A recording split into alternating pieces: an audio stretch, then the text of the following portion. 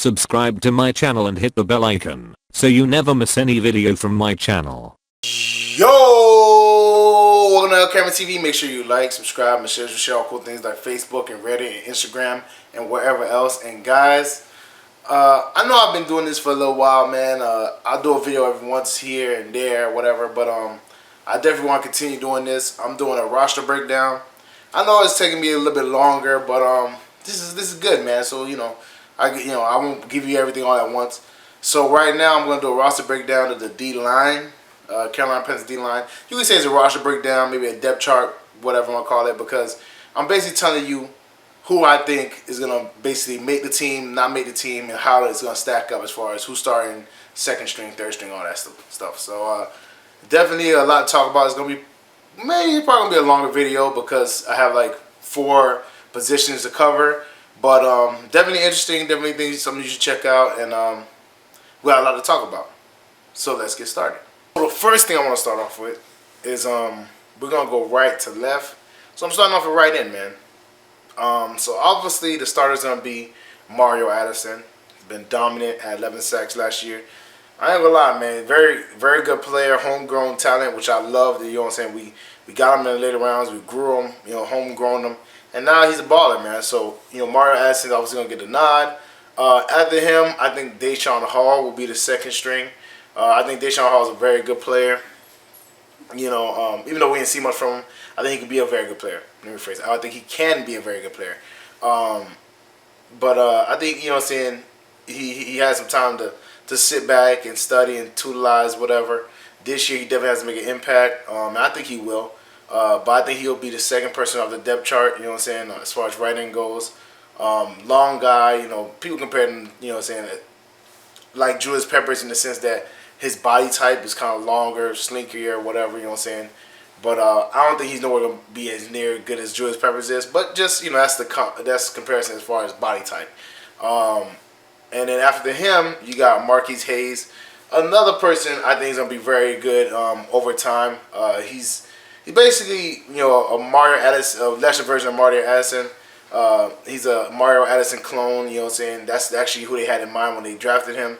They was thinking, hey, man, he might be another Mario Addison. Smaller guy and smaller in stature. Wasn't one of the bigger guys as far as ratings, whatever. But he definitely would have some impact in college, and they thought, hey, man, we can make another Mario Addison for the future. Why not? So they definitely drafted him, and I think he'll be coming off the third string, be the third string, DN, kind of like a relief hitter. I think that's how it's gonna play out for the top 3. For 4 and 5, which I don't really believe will be on the team, I'm just gonna be honest. I think they're gonna be practice squad guys. But I got Effie Adda, whatever his name is. I got him. He's gonna be on the practice squad probably. I don't see him making the team. I see him as a, maybe if he does make the team, maybe he's a special teams guy. But I don't want to see that really. So usually they get the linebackers and stuff like that, corners and receivers and all that stuff. So I don't want to see that. But who knows? But I don't see him making the team, man. And then they got Carter Schultz, who I definitely don't see making the team.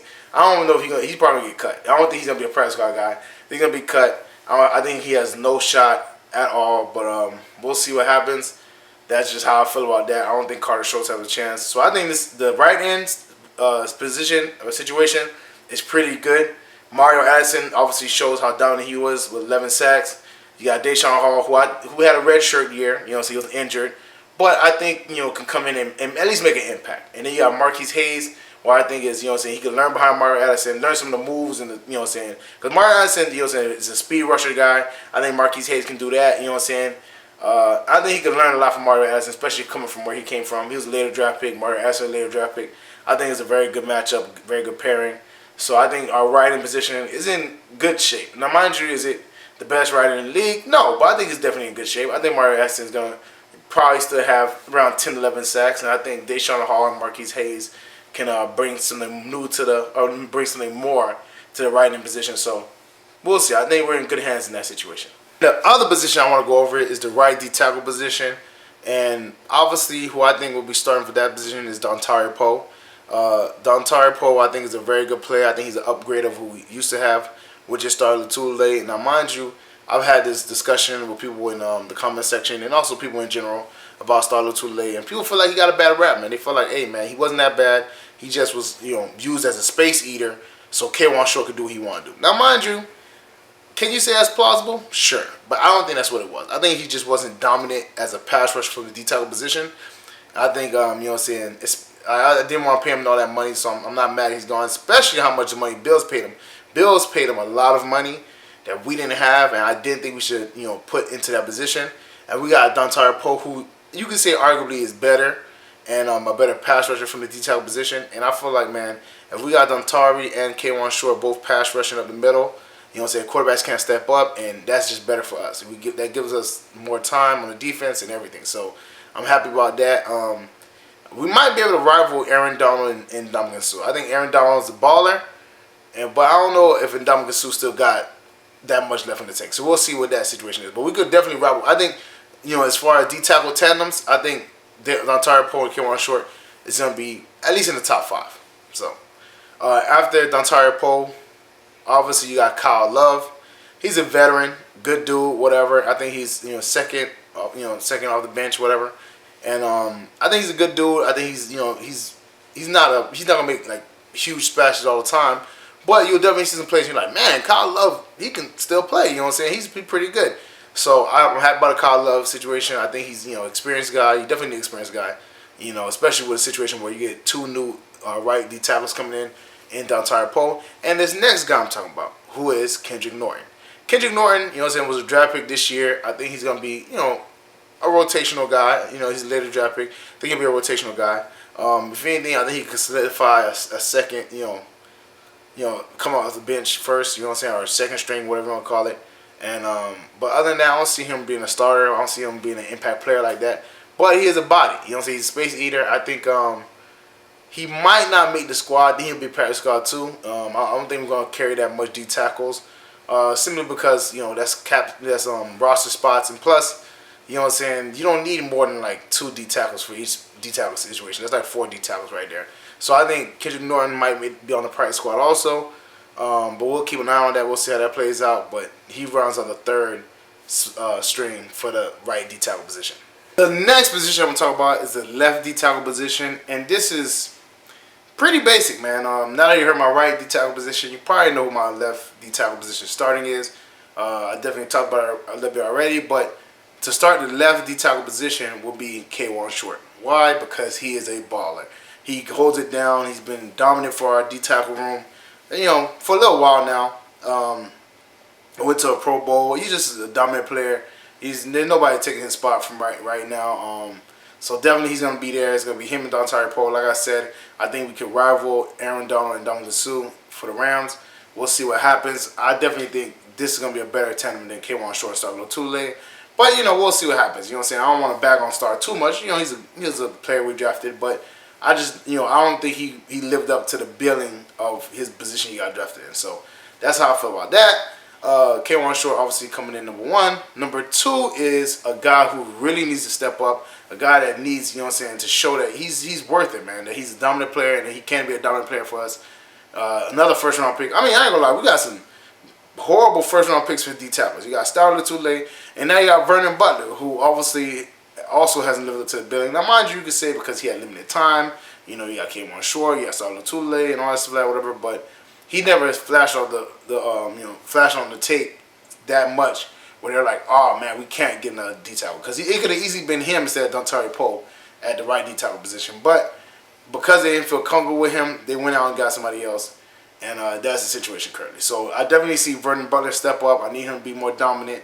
And we'll see what happens. Hopefully he's taking it seriously, man, because I'll be trepidatious if, like, his last year on his contract, he balls out. Because those guys tend to be ball out 1 year, get a big payday, and then suck it up for the rest of their career. So Panthers, beware, that he might try to ball his last year on his rookie contract just to get a big deal and then be like, oh, yeah, I'm never going to play good again. So hopefully not, but we'll see what happens with that. And then finally, for the right D tackle position, they got a guy named Tracy Sprinkle or whatever. Sprinkly, whatever. I don't think he's gonna make the team. I don't see him making the team at all. He's gonna be a roster cut. Like I said, there's no reason to have more than 2 D tackles for either one of the D tackle positions. 2 is good enough, and it just, I don't see it happening, man. I hopefully the guy, finds something else or lands with another team, but I just don't see it happening. So that sucks for him, but it makes no sense, man. Those are roster spots that we can use somewhere else. So I definitely don't think that he's gonna make the team. I don't know if he would be on the practice squad. We'll see how that plays out. But I don't see him as a practice squad guy. I see him as just a roster spot. Somebody, a filler you can use to fill up the 90 roster spots that you have. So I don't see him making a team. I see him being cut and going to another team. We'll see. Finally, the position I have to talk about is the left end position. I believe Julius Peppers will be the starter at the position. But the thing is, I have to preface my comments by saying I think he will be the starter, only really in name only, because I think even last year he was kind of like on a rotational basis. He's an older player, a lot older, so he doesn't really practice as much and all that stuff. He gets that veteran treatment, which he deserves because he knows the game really well, and it's definitely an older player. But also I think the next guy I'm going to be talking about showed some promise last year, and I definitely think it's going to kind of impede on some of the time Julius Peppers has. So I think it's going to be a 50-50 split between him and this next guy, which is Wes Horton. I think this is going to be a really big year for Wes Horton. He has to step up. I seen some flashes last year. He forced some fumbles. He did some really good things. I seen some flashes, and so did Ron Rivera. So I think it should be a really big year for him. I think he should take hold of the left end position. I think he can take hold of the position, and hopefully he does. But he's been known to like show flashes, but never really live up to the potential of what he can be. So hopefully he gets it together, and maybe working under Julius Peppers or with Julius Peppers will help him out. But we'll see how that pans out. And then you got Byron Cox Jr., who I think obviously, I don't know, man. He's gonna be a good player. I don't see him be on the practice squad. We might keep him because he's been on the practice squad a few years, and I don't know. I don't really remember the limit of how many times you can send somebody down to the practice squad. But you know what I'm saying? Either he probably be on the either he stays on the team or he gets cut. I don't see him be on the practice squad anymore. But I don't see him as that big of an addition. I mean, he was like an undrafted free agent and all that stuff, like whatever. And he had like I think his dad played in the league, so he's a good story. Don't get me wrong, but I don't see him as being a dominant player. So we'll see. But they tend to keep 3 DNs because you don't know, injuries happen. You know what I'm saying? So we'll see how that plans out. But that's how I think the left end position is gonna pay out. Julius Peppers at the top, but splitting reps or whatever with Wes Horton, who's gonna get his 50%, or his 50-50 shot at the position next year. Because I think he's gonna be dominant, man. I think this is gonna be a year he shows that his hard work has been paying off. And then you got Byron Cox Jr. rounding out the top 3. So that's my roster breakdown as far as D lines go. So well, that's it for me, guys. Make sure you like, subscribe, and share all cool things like Facebook and Reddit and Instagram and wherever else. And guys, in the comment section, man, how do you feel about my roster / depth chart breakdown, whatever? Do you think I'm on the right track? Or if you don't, tell me how you'll switch it around, man. Who you think will be 2nd string, 3rd string, whatever. Put that in the comment section below because I do want to hear your opinions. I do value your opinions. Check out the merchandise, LCameraTV shirts, hats, mugs, all types of stuff. That link is in the description below. Check out the Patreon page. That link also is in the description below. You know what I'm saying? Check that out. Support the channel, support me, you know what I'm saying? I'm out here making a shake for y'all, you know what I'm saying? And check out my dog Renan Steen's video. It's going to be on the end screen. I seen his subscribers and his views been going up. I know y'all guys been, checking it out. Thank you guys thank you the guys that have went over there and checked it out because he's a really good dude, very talented. And for you guys who have not, I suggest you do because he's a good dude, man. I think you'll really like his stuff, and you'll thank me later. Let's just say that. Share with all your Panther family, friends, fans, all types of stuff. All the NFL fans, friends, family. Share with them, whatever. Let them know Panther Nation out here, LCameraTV Nation out here. And y'all part of LCameraTV Nation, man. Y'all tune in to see me, every day, every week, whatever it is. Y'all part of my nation. You know what I'm saying? When I blow up, y'all blow up. You feel me? We out here. So let them know, what it is. And I'll see you guys next time. Thank you for all the support. And I'm pushing to 1,000.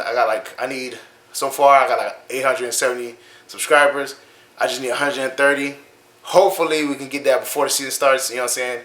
We'll see what happens. But I'm going to keep on pushing. And thank y'all for the support. And I'll see y'all next time.